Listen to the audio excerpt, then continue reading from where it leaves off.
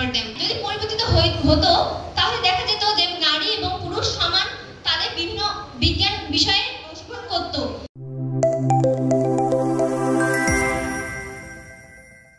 এখন আমরা 2025-এ অবস্থান করছি, যেখানে সমাজ উন্নত হয়েছে, আমরা উন্নয়নের দিকে এগিয়ে যাচ্ছি।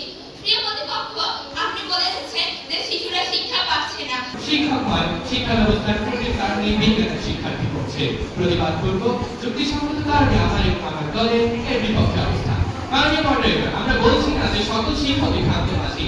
শিক্ষকতা মহান পেশা, তাই প্রত্যেকটি শিক্ষকই হতে পারে উদার ব্যক্তিত্ব সম্পন্ন।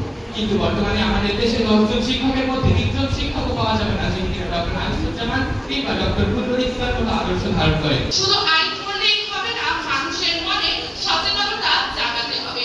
বাংলাদেশে 2002 সালে পলিথিন ব্যাগ নিষিদ্ধ করা হয়েছিল, কিন্তু আজও বাজারে গেলে আমরা দেখতে পাই ক্রেতা বিক্রেতা সহ সকলে পলিথিন ব্যবহার করছে।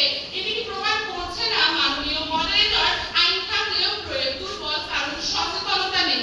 ধূমপানের ক্ষতির বিষয়ে প্রচার ও সচেতনতা বাড়ানোয় অনেকে ধূমপান করিয়েছে। সড়ক দুর্ঘটনায় রোধের ট্রাফিক আইন থাকলেও জনসচেতনতায় আসল পরিবর্তন এনেছে। মানুষ কাপড় ব্যবহার করবে, কিন্তু সচেতনতার মাধ্যমে মানুষ নিজেই কাপড়ের ব্যাগ ব্যবহার করে গর্ব করবে। কোরআনে বলা হয়েছে, তোমরা পৃথিবীকে অপচয় করো না এবং ফিতনা সৃষ্টি করো না। অন্যদিকে গীতা বলেছে, প্রকৃতির প্রতি যে ভালোবাসা নেই তার মধ্যে মানবিকতা নেই। বাংলাদেশে 2002 সালে পলিথিন ব্যাগের সময় সচেতনতা ক্যাম্পেইন চালানো হয়, কিন্তু দুর্বল প্রয়োগের ফলে পলিথিন ব্যবহার ফিরে আসে। আসুন আমরা একসঙ্গে মিলে পলিথিন ব্যবহার বন্ধ করে সচেতনতা বৃদ্ধি করি।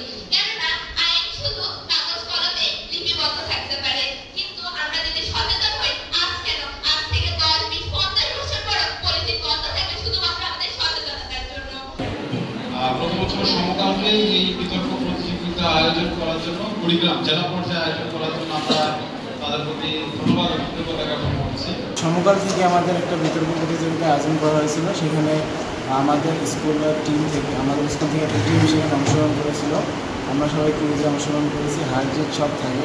যাই হোক, আমরা এখানে একটা কিছু শিখলাম, বিজ্ঞান বিষয়ে আমরা কিছু পরিবর্তন করলাম। আর বিপক্ষ স্কুলরা ছিল, পুরো দিন আমাদের একটা মজায় কাটলো। চিলমারি থানার থেকে আমাদের স্কুল বিতর্ক অনুষ্ঠানে অংশগ্রহণ করেছিল এবং এখানে সবার মধ্য থেকে আমাদের স্কুল জয়ী হওয়ার কারণে আমার ভালো লাগছে।